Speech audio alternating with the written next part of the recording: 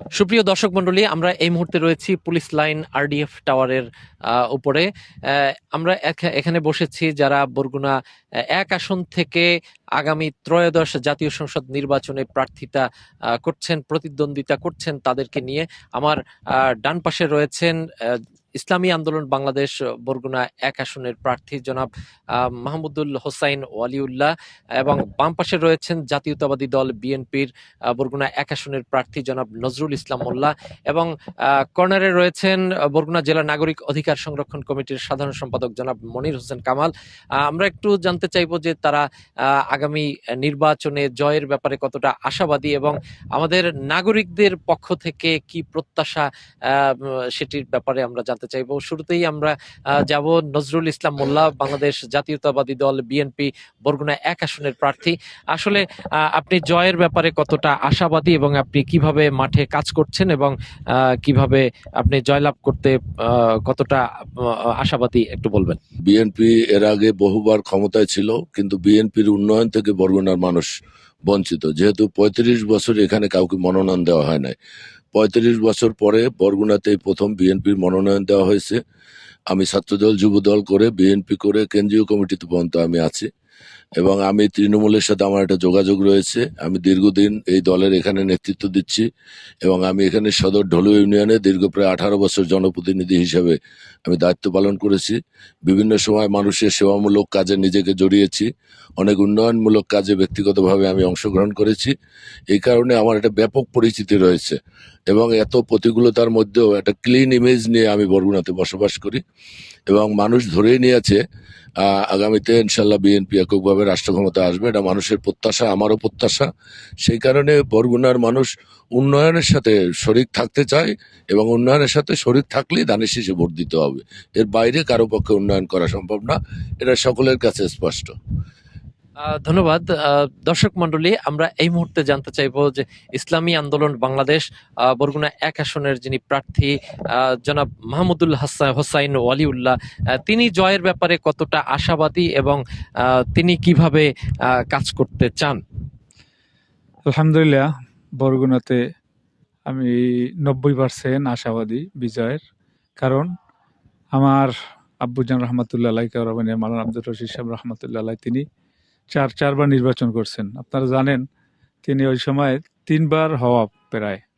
এরপরে আমি 18 সালে নির্বাচন করছি, সে সময় আমাদের 70% ভোট ছিল। 18 সালে যেহেতু রাত্রে কারচুপি, এরপর দিনেও ভোট ডাকাতি, সে সময় আলহামদুলিল্লাহ আমরা আশাবাদী ছিলাম। সে সুবাদে আমি আবার এখন বরগুনাতে নির্বাচন করার জন্য এসেছি মোহতারাম আমিরুল মুজাহিদিনের নির্দেশে। আবার আমাদের প্রায় 12 দলের জোট ঘোষণা হচ্ছে।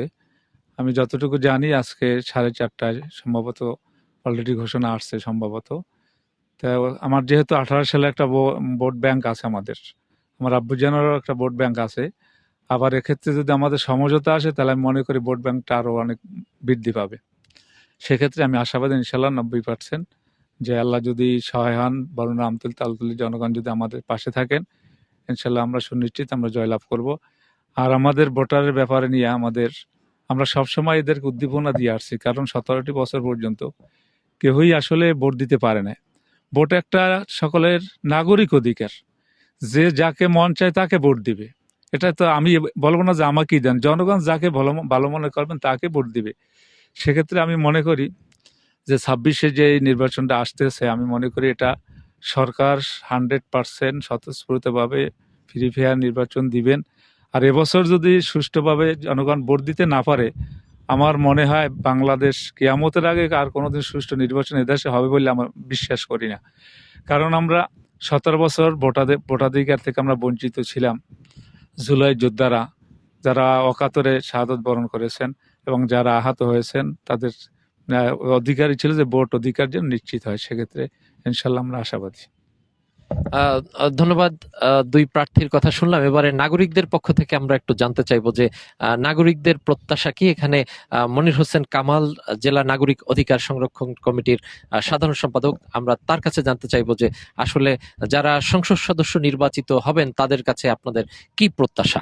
যারা জনপ্রতিনিধি নির্বাচিত হবেন তারা বরগুনার উন্নয়নে কাজ করবেন এবং বিশেষ করে আমাদের যে আঞ্চলিক মহাসড়কটি রয়েছে এই মহাসড়কটি তারা বাস্তবায়ন করবেন। বরগুনার যে বড় দুটো নদী রয়েছে বিষখালী এবং পায়রা, এখানে দুটো ব্রিজ তারা করবেন। একই সাথে বরগুনায় একটি মেডিকেল কলেজ হবে, একটি বিশ্ববিদ্যালয় হবে এবং আমাদের পর্যটনের উন্নয়ন হবে। এখানে পর্যটন কেন্দ্র গড়ে তোলা হবে। একই সাথে বরগুনা মাদক মুক্ত হবে এবং বরগুনায় দুর্নীতি মুক্ত হবে। কোনো কাজে কোনোখানেই দুর্নীতি থাকবে না। দুর্নীতির ঊর্ধ্বে থেকে তারা জনগণের জন্য কাজ করবেন এবং আমাদের বরগুনার উন্নয়নে কাজ করবেন। আমরা চাই বরগুনা পিছিয়ে পড়া একটি জেলা, এই জেলা যেন আর পিছিয়ে না থাকে। আমরা তাদের কাছে প্রত্যাশা করি যে তারা যেন জাতীয় সংসদে তারা এই দাবিটা তোলেন। একই সাথে আমাদের যে উন্নয়ন কর্মকাণ্ডগুলো হবে সেই উন্নয়নের কাজটা সবসময় যেন দুর্নীতির ঊর্ধ্বে থেকে দুর্নীতি মুক্ত হয় এবং ইতিবাচক অগ্রাধিকার ভিত্তিতে আমাদের জেলার যে উন্নয়ন কাজগুলো দরকার সেই উন্নয়ন কাজগুলো তারা ভালোভাবে করবেন। একই সাথে বরগুনা একটি সংঘাত মুক্ত জেলা হবে, এখানে কোনো সহিংসতা থাকবে না, এখানে কোনো হানাহানি থাকবে না। সবাই মিলেমিশে আমরা বরগুনার জন্য কাজ করব, বরগুনার উন্নয়নে কাজ করব, এমনটাই প্রত্যাশা করছি। দর্শক মন্ডলী, আমরা এতক্ষণ শুনলাম যে প্রার্থীদের পরিকল্পনা এবং নাগরিকদের প্রত্যাশা নিয়ে তাদের বক্তব্য। আশা করছি আগামী ত্রয়োদশ জাতীয় সংসদ নির্বাচনে এখান থেকেই একজন সংসদ সদস্য নির্বাচিত হয়ে নাগরিকদের প্রত্যাশা পূরণে গুরুত্বপূর্ণ ভূমিকা পালন করবেন।